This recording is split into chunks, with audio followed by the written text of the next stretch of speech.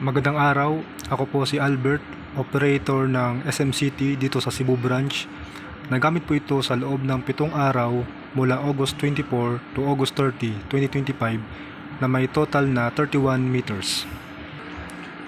Ito po ang printer head at ang huling palit po nito ay noong February 14, 2025. Ito naman po ang capping na may 90% good condition pa po. Head clean. Punasan ang wiper after head clean.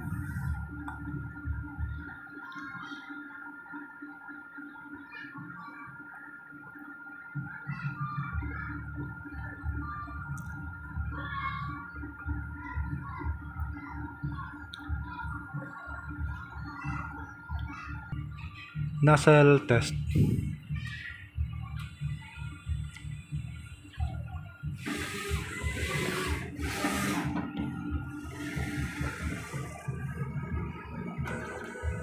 So, okay naman po ang resulta. Ang ink system po namin ay nasa tama lang ang level. Ang waste tank po ay nalinis noong 2 weeks ago lamang.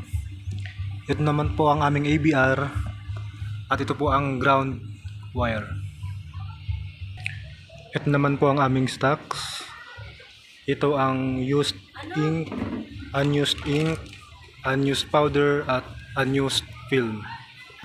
Ito naman po ang aking daily output mula August 24 hanggang August 30. At ito rin po aking weekly checklist at updated naman po palagi. Maraming salamat po.